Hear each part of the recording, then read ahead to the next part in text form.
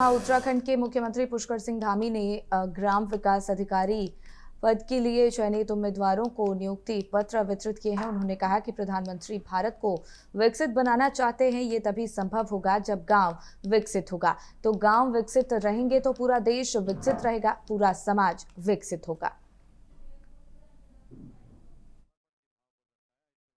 और जिनके लिए आज बहुत ही मैं कहूँ कि ऐसा दिन है जिस दिन की आप सब लोगों ने बहुत दिनों से प्रतीक्षा की होगी। जब से आप पढ़ाई कर रहे होंगे, जब से आप लोग अपनी स्कूल जाना शुरू किया होगा या अपने विद्यालय, महाविद्यालय, विश्वविद्यालय में पढ़ना शुरू किया होगा, तब से लगातार आपके मन में यही रहा होगा कि किसी न किसी दिन जो है ये दिन आए।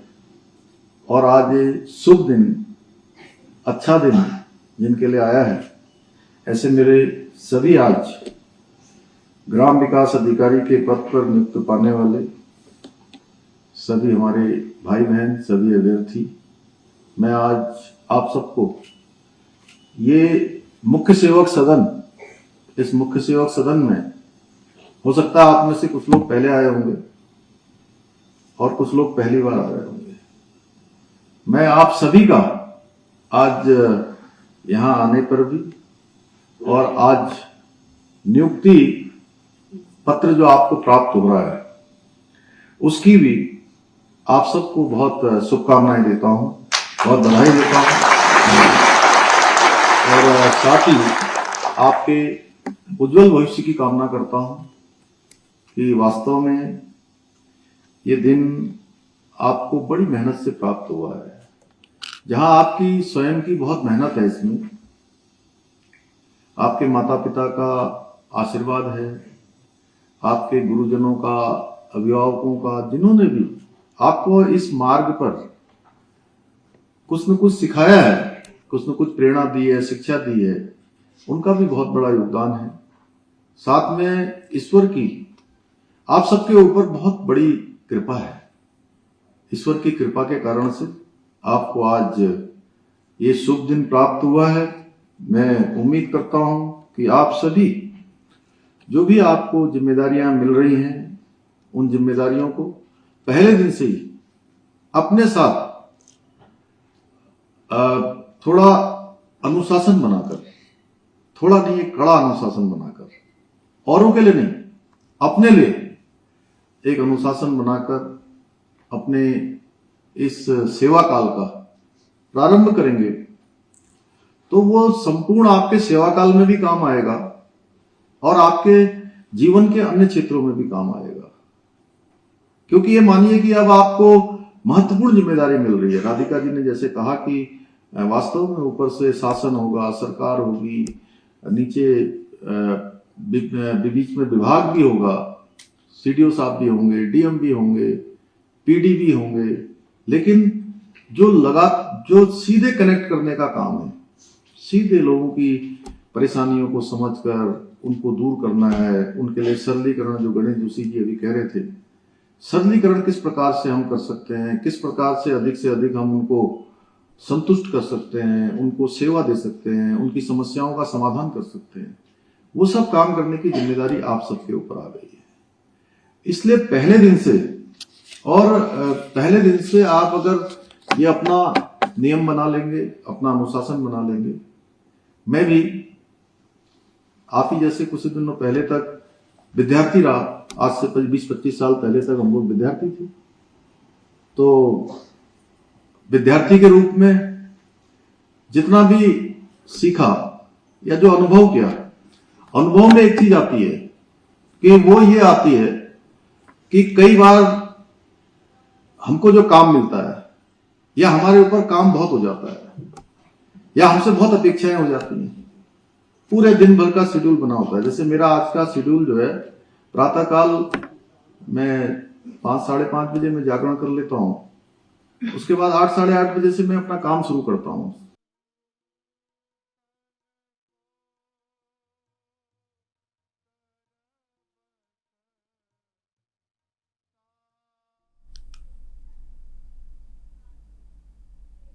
आगे बढ़ेंगे जहां मुख्यमंत्री पुष्कर सिंह धामी ने बुधवार को देर शाम तक सचिवालय में विभागीय उच्चाधिकारियों से वार्ता कर विभागीय योजनाओं के क्रियान्वयन के संबंध में दिशा निर्देश दिए और इसके साथ ही मुख्यमंत्री ने विभिन्न क्षेत्रों से आए लोगों से भी भेंट की। तो मुख्यमंत्री ने महिला समूहों से भेंट कर उनकी समस्याएं सुनी और उनके निराकरण के निर्देश भी जारी किए।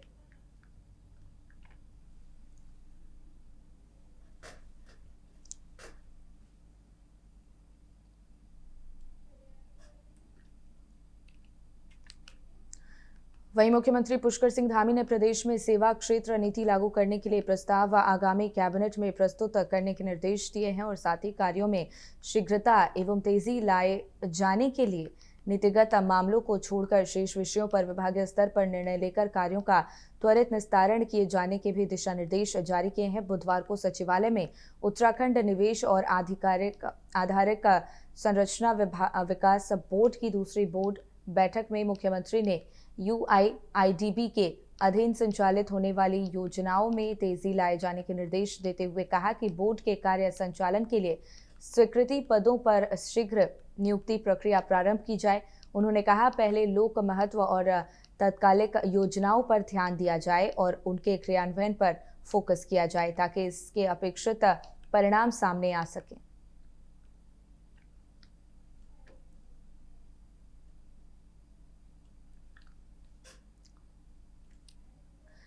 सीएम धामी ने तमाम दिशा निर्देश जारी किए हैं। देहरादून से जानकारी आप तक पहुंचा रहे हैं। सेवा क्षेत्र नीति लागू करने के लिए प्रस्ताव जारी किया गया, कैबिनेट में प्रस्तुत करने के निर्देश भी जारी किए गए हैं।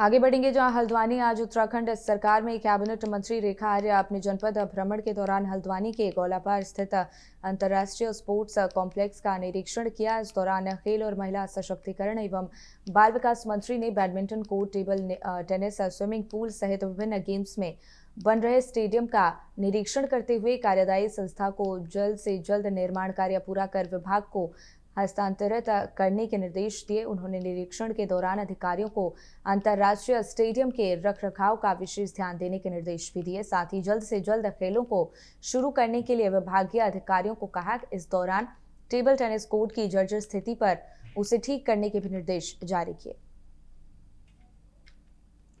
माननीय मुख्यमंत्री जी के लगातार निर्देश उस क्रम में है, तो मुझे लगता है कि बहुत जल्द जब ये निर्मित चीज़ें खिलाड़ियों को और जनता को समर्पित होगी तो स्वाभाविक रूप से फिर जो एक हमारे को काम करने का, स्पोर्ट्स की इवेंट्स करने के जो हमारे ये कार्यक्रम रहेंगे वो रेगुलर होते रहेंगे। वर्तमान में भी कार्यक्रम लगातार चल रहे हैं।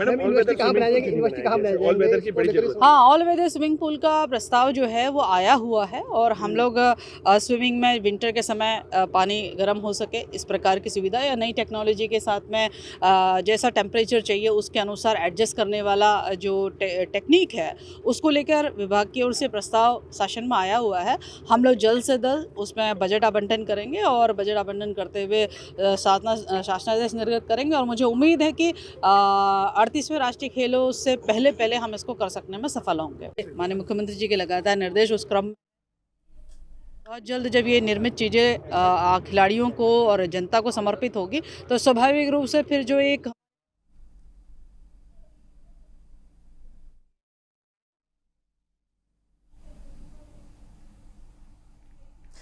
आगे बढ़ेंगे जहां धर्म नगरी हरिद्वार में चल रही शारदीय कांवड़ यात्रा अंतिम चरण में है और कल महाशिवरात्रि पर्व है, जिस कारण हरिद्वार में भारी संख्या में कांवड़िए गंगा जल भरने पहुंच रहे हैं। इसको देखते हुए हरिद्वार पुलिस प्रशासन भी सतर्क नजर आ रही है और चप्पे चप्पे पर पुलिस जवानों की तैनाती भी की गई है। साथ ही भीड़ को देखते हुए ट्रैफिक प्लान भी लागू किया गया है, जिससे हरिद्वार आने वाले कांवड़ियों और स्थानीय निवासियों को परेशानी का सामना न करना पड़े।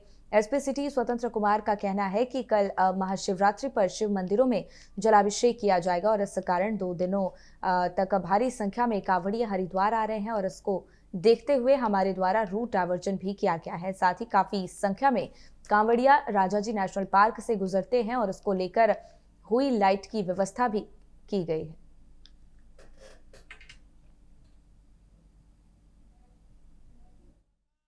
जलाभिषेक जल चढ़ेगा 8 तारीख को शिवरात्रि के दिन, महाशिवरात्रि के दिन जब जल चढ़ेगा तो आज और कल बस 2 दिन कांवड़िए जो जल उठाने यहाँ पे आ रहे हैं उनकी संख्या बहुत ज़्यादा रहेगी।